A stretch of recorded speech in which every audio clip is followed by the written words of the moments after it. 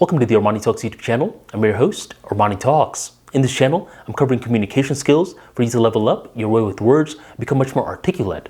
In today's episode, we're entering the world of emotional resilience, and we're going to be talking about how to overcome a breakup. So there's this very funny story with the ArmaniTalks brand. A long time ago, there was this one guy on my Twitter account who DM'd me and was like, "Yo, Armani, man, I'm going through a really tough time. This girl who I thought was going to be my wife just dumped me, and she's now this party girl. I can't even recognize her. What do I do, man? Do I beg her to come back to me?" I'm like, whoa, bro. Whatever you do, do not beg her. And he's like, "So what should I do?" I was like, "You know what? Give me 15 minutes and I will give you an answer." And during those 15 minutes, I began writing a thread on my Twitter account on why you cannot leave your toxic ex. And after 15 minutes, he returns and I link the thread to him. He reads it and he says that there are 4 reasons why he's having difficulty leaving his ex. And at this point, he got that clarity and he said, "You know what, Armani? You're right. I am not going to go back to my ex." I said, "Well, that was my good deed for the day," right? More time passed on by, and at this point, I want to create blogs on the ArmaniTalks website. And I thought, you know, that one thread that I wrote on why someone is not leaving their ex, that would actually make for a good blog post. So I get the thread, I convert it into blog format, and I upload it on ArmaniTalks.com. Time passes on by, and this blog post begins to get very popular. It starts to rank on for specific keywords in different countries, in different continents, and suddenly, more and more people are being introduced to the ArmaniTalks brand through this particular blog post. Eventually, I start to get emails about relationship issues. And I'm thinking, wait a minute, guys. I'm not a relationship account. I'm a public speaking account. I'm only creating this blog post. Okay, whatever. I can't explain this to everyone. All right, tell me your relationship issues. What is it?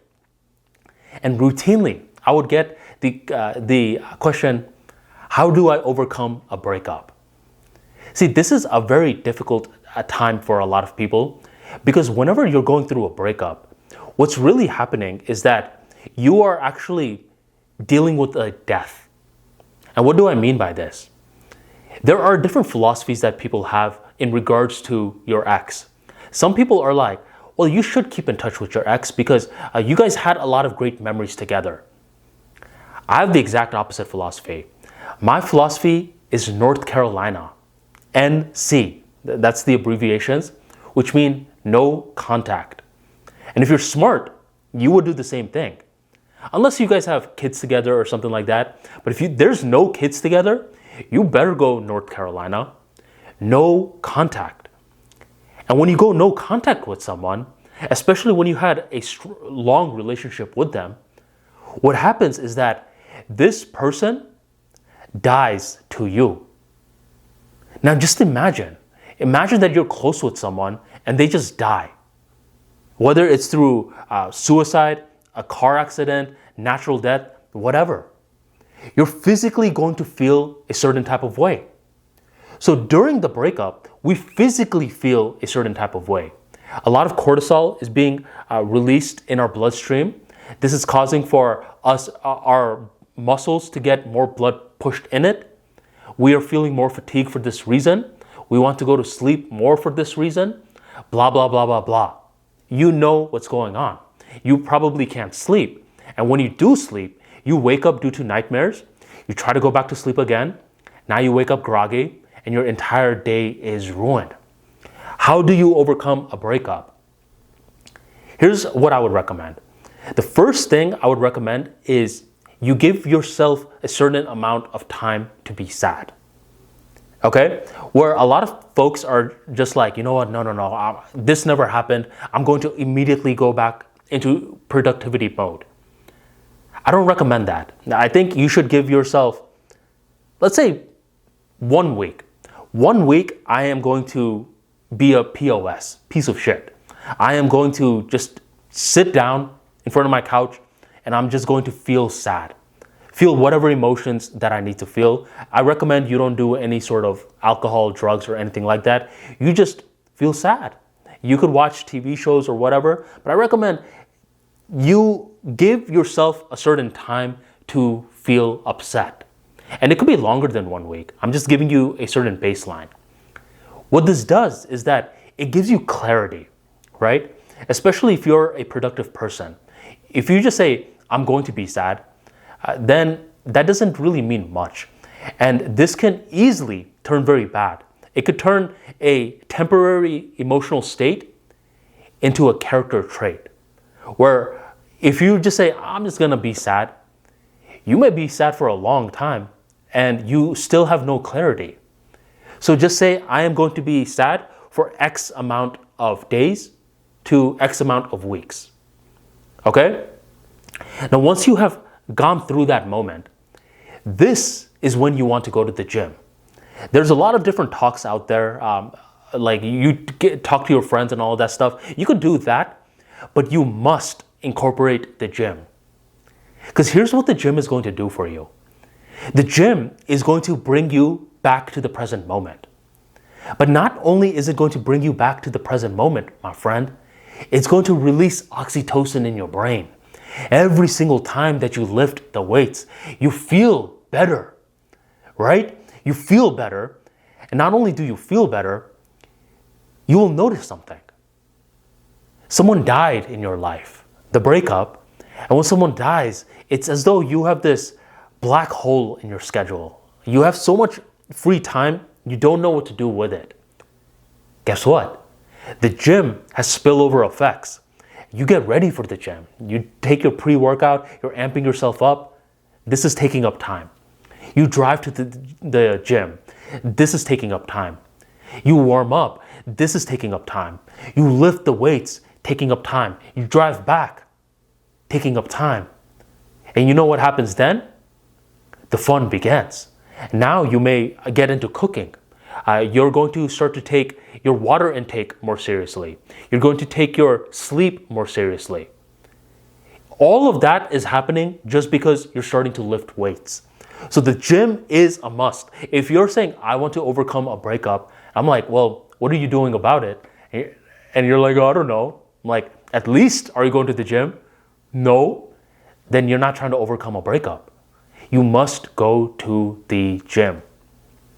Now, after that, there's different things you want to do. You have a lot of these emotions, right? And what I would recommend is you talk to your friends about it, friends that went through bad breakups. And when you talk to your friends about it, what happens is you realize it's not only something that's happening to you. A lot of the times when we go through a breakup, we feel somewhat like a failure, right? Especially if you're one of those individuals that posted your relationship all over social media. After the breakup, you're going to go on a breakup tour. Everyone's like, well, what happened? Okay, can you tell me at least? What happened? And even if they don't ask you, you know that's what they're thinking. So when you're talking to your buddies and you're like, hey man, I know I'm calling you out of the blue moon, but you know when you were dating this one girl in sophomore year and just broke up out of nowhere?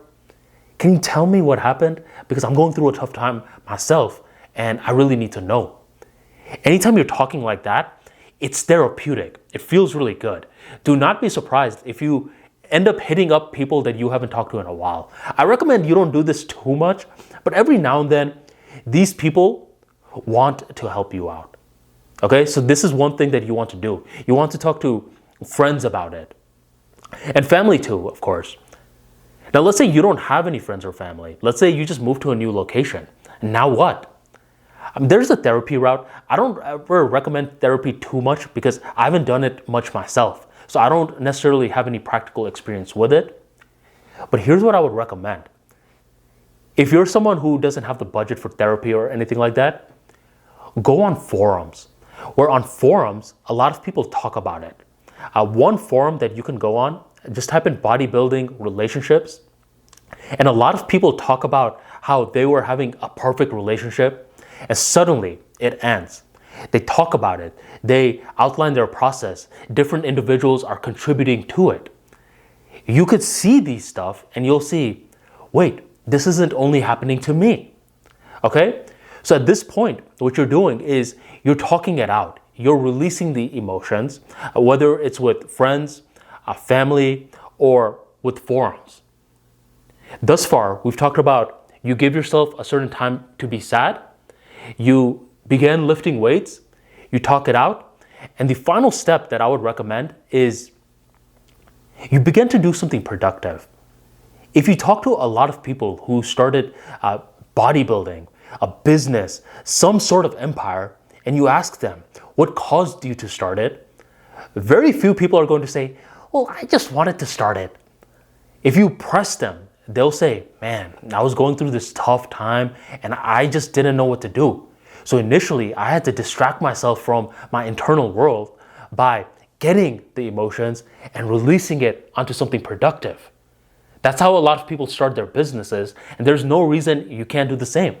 I mean, nowadays, the salary is pretty much remaining the same, but everything else is increasing in price. What a better time than now to start a side hustle. So use those emotions and start some sort of side hustle or pick up a creative hobby. Toastmasters is up there. Learning how to write so you could build your online library. Starting a Shopify store. Something.